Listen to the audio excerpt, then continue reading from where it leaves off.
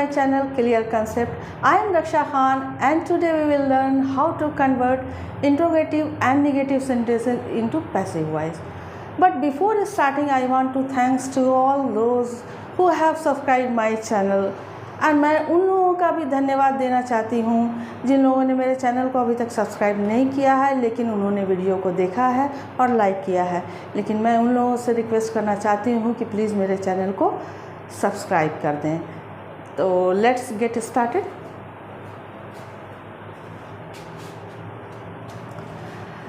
मैं present indefinite के interrogative sentences लेकर आई हूँ। प्रेजेंट इंडेफिनिट और पास्ट इंडेफिनिट के इंट्रोगेटिव और निगेटिव दोनों सेंटेंसेस मैं आज लेकर आई हूँ।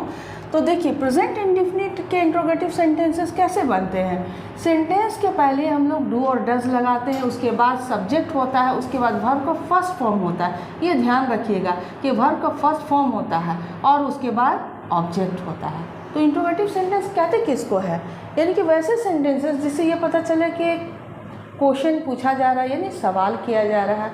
जैसे इस सेंटेंस को देखिए, डू यू कॉल मी, क्या तुम मुझे बुलाते हो, ये क्वेश्चन है जो पूछा जा रहा है। इट मीन्स कि ये इंट्रोगेटिव सेंटेंस है।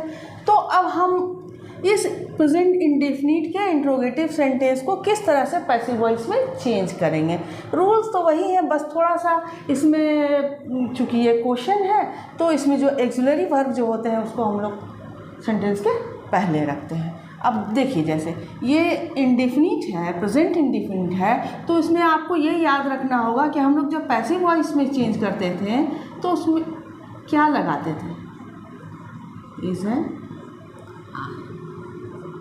ये लगाते थे। तो बाकी यहाँ पर लिखा हुआ है पैसिव वॉइस का स्ट्रक्चर जो है। तो हम लोगों को पहले सब्जेक्ट लगाते थे, लेकिन हम लोग इसमें पहले सब्जेक्ट नहीं लगाएंगे, पहले एक्सिलरी वर्ब लगाएंगे। तो एक्सिलरी वर्ब जो है हम इसके हिसाब से लगाएंगे, यानी ये जो ऑब्जेक्ट है हम लोग यहाँ ला करके सब्जेक्ट बनाएंगे ना। तो मी जो है वो यहाँ पर आई होगा, तो आई के साथ यहाँ पर एम सुटेबल है, तो हम लोग सेंटेंस के पहले लिखेंगे एम आई, उसके बाद वर्ब का थर्ड फॉर्म आप लोग जानते ही हैं, एम आई कॉल बाई, और ये जो यू है सब्जेक्ट इधर ला करके ऑब्जेक्ट बनाएंगे। तो ये तो यू का यू ही रहेगा, और ये क्वेश्चन मार्क ज़रूर देना है क्योंकि ये इंट्रोगेटिव सेंटेंस है, सवालिया सेंटेंस है। अब ये डू जो है इसको हम लोगों को हटा देना। क्यों हटा देना, क्योंकि ये सिर्फ क्वेश्चन पूछते वक्त लगता है। इस सेंटेंस में चूँकि एक्सिलरी वर्ब का यूज़ हो गया है, इसलिए दो एक्सिलरी वर्ब इसमें नहीं लगेगा। अब आइए, एक ये सेंटेंस है, डज ही कॉल यू, क्या वो तुम्हें बुलाता है। ये भी एक इंट्रोगेटिव सेंटेंस है, लेकिन यहाँ पर देखिए डज का यूज़ है। अब डज का यूज़ कहाँ होता है, उसके लिए मैंने यहाँ एक चार्ट बना के रखा है। देखिए, पर्सन जो होते हैं वो तीन तरह के होते हैं, first person, second person, third person. First person क्या है, आई और बी फर्स्ट पर्सन होता है, तो आई जो है वो सिंगुलर है, बी प्लूरल है। सेकंड पर्सन क्या होता है, यानी सामने वाली जिससे हम लोग बात कर रहे होते हैं, यानी तुम आपसे बात कर रहे हैं तो आप लोग सेकंड पर्सन, तो यू हो गया, और प्लूरल में भी यू हो गया। और थर्ड पर्सन कौन होता है, उनके बारे में थर्ड पर्सन उनको कहते हैं जो यहाँ मौजूद नहीं है, किसी तीसरे के बारे में हम लोग बात कर रहे हैं। तो उसमें भी सिंगुलर भी होते हैं और प्लूरल भी। तो सिंगुलर में ही, शी, इट होता है, या ही की जगह पर अगर द बॉय है, या किसी बच्चे का, लड़के का नाम है, बॉयज़ का नाम है, राम हो गया, जॉन हो गया, उसी तरह से शी है, शी की जगह अगर नाम भी हो सकता है, या माई मदर, माई सिस्टर भी हो सकता है। और इट किसी थिंग्स के लिए हम लोग यूज़ करते हैं। तो ये सारे के सारे सिंगुलर है, और यहीं पर डज यूज़ होता है। तो यानी कि यहाँ पर सेंटेंस में ही है, तो हम लोगों ने यहाँ पर डज का यूज़ किया है, और ये प्लूरल है, इसके लिए बाकी सबके साथ डू का यूज़ होता है। तो अब आइए इसको चेंज करते हैं पैसिव वॉइस में। डज ही कॉल यू, वही चीज़ है, ये जो है ऑब्जेक्ट है, हम लोग को इधर लाना है, लेकिन इधर लाने से पहले हम लोग को जो एक्सिलरी वर्ब का यूज़ सेंटेंस के पहले कर लेना है। तो ये यू यहाँ पर आया, और यू के साथ आर सुटेबल है, तो आर यू, उसके बाद तो वर्ब का थर्ड फॉर्म होगा ही होगा, कॉल है, कॉल्ड हो गया, उसके बाद बाई, और ये जो है सब्जेक्ट यहाँ पर है वो यहाँ आकर के हिम हो गया, और ये जो है डज यहाँ से हट गया। आगे क्लियर आ गया समझ में। अब आइए इसी के नेगेटिव सेंटेंसेस में, यानी कि प्रेजेंट इंडेफिनिट के नेगेटिव सेंटेंस। नेगेटिव सेंटेंस कैसे होते हैं? नेगेटिव सेंटेंस का मानी क्या होता है? यानी कि वैसे सेंटेंस जिसमें ना बोला जा रहा है, जैसे मैं काम नहीं करती हूँ, मैं स्कूल नहीं जाती हूँ, my sister does not cook food, मेरी बहन खाना नहीं बनाती, यानी नहीं हो रहा, तो ये नेगेटिव सेंटेंस हो गया। तो नेगेटिव सेंटेंस बनता कैसे है? सब्जेक्ट के बाद डू नॉट या डज नॉट लगा करके।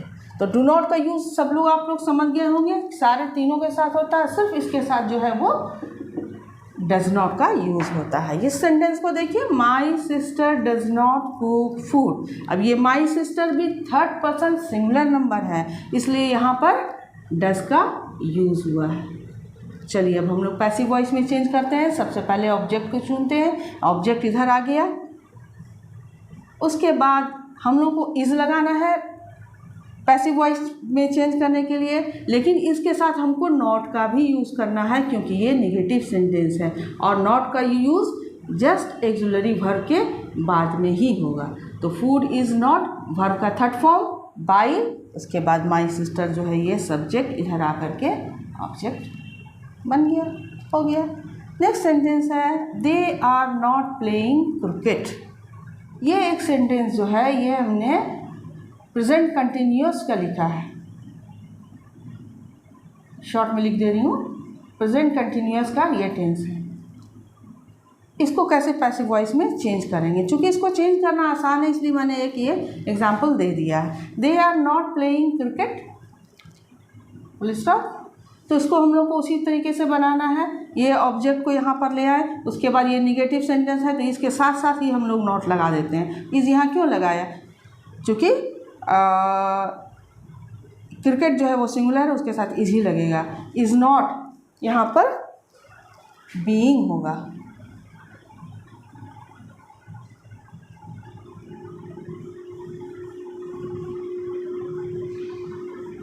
Being played by them.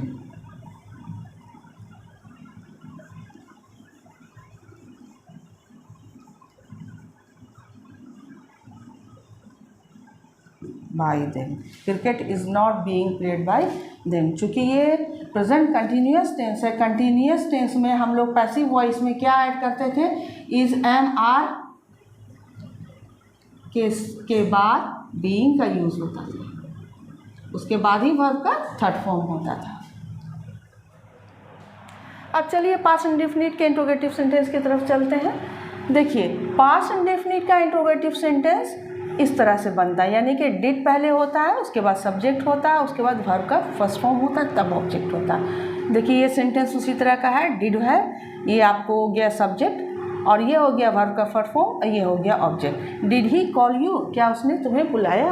अब इसको हम लोग पैसिव वॉइस में किस तरह से चेंज करेंगे? वही रूल है, सिर्फ इसमें एक्सुलरी वर्ब जो है हम लोगों को सेंटेंस के पहले यूज़ कर लेना है।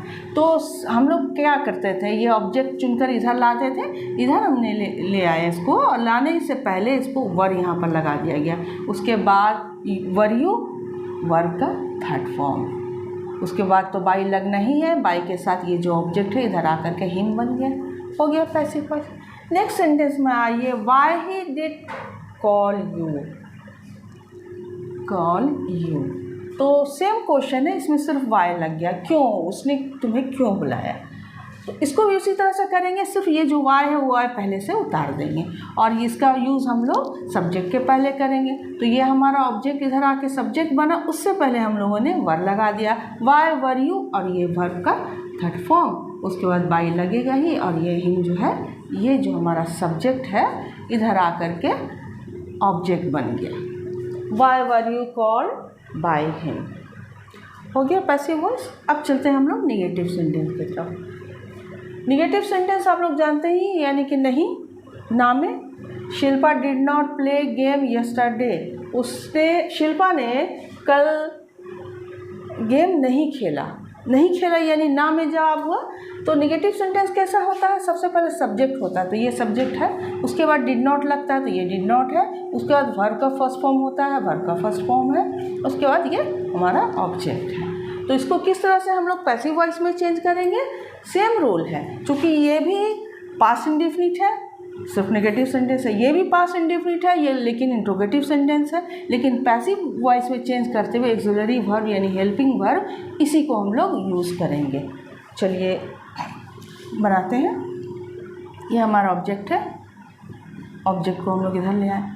उसके बाद हम लोग क्या लगाते हैं, इसको लगाते हैं, लेकिन ये निगेटिव सेंटेंस है इसलिए वाज के साथ हम लोग नॉट भी लगा देंगे।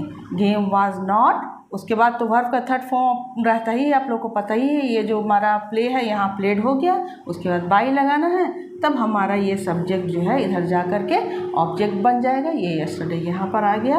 Game was not played by Shilpa yesterday, हो गया ये पैसिव वॉइस। देखिए मैं कुछ सेंटेंसेस लेकर आई हूँ जो आप लोगों को प्रैक्टिस करना है। तो चलिए हम लोग आते हैं और देखते हैं कि ये कौन कौन से टेंस हैं, इनको पहचानना है और पैसिव वॉइस में चेंज करना है। ये my mother cooked delicious food, ये कौन सा टेंस है इसको पहचानना है। माई मदर तो सब्जेक्ट हो गया और ये वर्ब का सेकंड फॉर्म हो गया।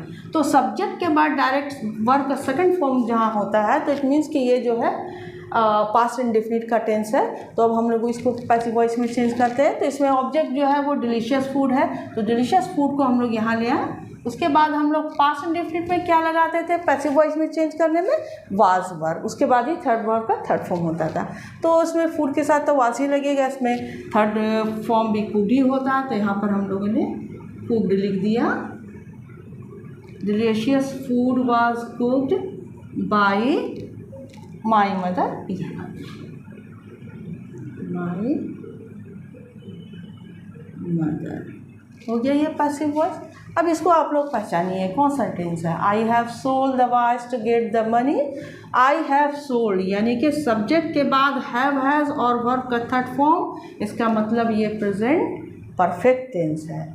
इसको कैसे हम लोग चेंज करेंगे पैसिव वॉइस में। पैसिव वॉइस में चेंज करने के लिए क्या करते थे, या तो हैज़ बीन या हैव बीन पैसिव वॉइस में हम लोग लगा करके बनाते थे। तो पहले हम लोग ऑब्जेक्ट निकालते हैं। इसमें क्या है object, the watch, the watch, इसके साथ हैज़ लगेगा, हैज़ बीन, सोल्ड तो थर्ड फॉर्म में है, सोल्ड बाई मी, ये मी आई है इसलिए यहाँ आकर मी हो गया। अब ये टू गेट द मनी, हो गया ये passive voice. The watch has been sold by me to get the money, यहाँ पर हैज़ इसलिए लगा है कि ये द वॉच जो है वो सिंगुलर है और उसके साथ हैज़ ही यूज़ होगा। ये यहाँ पर आई है इसलिए यहाँ पर हैव यूज़ हुआ। नेक्स्ट आइए, रानी लव्स ईटिंग पिज़्ज़ा, ये कौन सा टेंस है, ये सब्जेक्ट है और ये वर्ब का कौन सा फॉर्म बताइए, वर्ब का फिफ्थ फॉर्म। तो फिफ्थ फॉर्म कहाँ होता है, प्रेजेंट इंडेफिनिट टेंस में। ये फिफ्थ फॉर्म भी होता है और वर्ब का फर्स्ट फॉर्म भी प्रेजेंट इंडेफिनिट में होता है। तो ये प्रेजेंट इंडेफिनिट है। तो आपको क्विकली आपको याद करना है कि प्रेजेंट इंडेफिनिट में हम लोग पैसिव वॉइस चेंज करने के लिए क्या यूज़ करते हैं, इज एम आर, उसके बाद वर्ब का थर्ड फॉर्म। इतना याद आ गया। अब इसमें हम लोग ऑब्जेक्ट को देखेंगे। ईटिंग पिज़्ज़ा हो गया। उसके बाद क्या करना, हम लोग को इज़ारा में जोड़ना है इज़। उसके बाद हम लोगों को वर्ब का थर्ड फॉर्म लगाना है, वहाँ पर लिखा हुआ भी है ईट का third form eaten. Eating pizza, और सॉरी यहाँ पर लव्ड होगा, यहाँ पर ईटिंग नहीं है, ये वाला वर्ब है, इसका थर्ड फॉर्म क्या हो जाएगा, loved. Eating pizza is loved by Rani, इस तरह का सेंटेंस है, पहले भी बता चुकी हूँ। अब नेक्स्ट जो टू सेंटेंस मैंने यहाँ लिखे हैं, he provided me basic hint with smile, और दूसरा है डू आई टीच यू, ये एक इंट्रोगेटिव सेंटेंस है। और कौन सा दोनों सेंटेंस किस किस टेंस में है ये आपको पहचानना है और आप लोगों को ही पैसिव वॉइस इसका बनाना। ये आप लोग अपना होमवर्क समझ लीजिए, इसको आप लोग कमेंट्स बॉक्स में लिख करके भेज सकते हैं। तो thank you for watching this video. मिलते हैं नेक्स्ट वीडियो लेक्चर में, तब तक के लिए गुड लक, गुड बाय।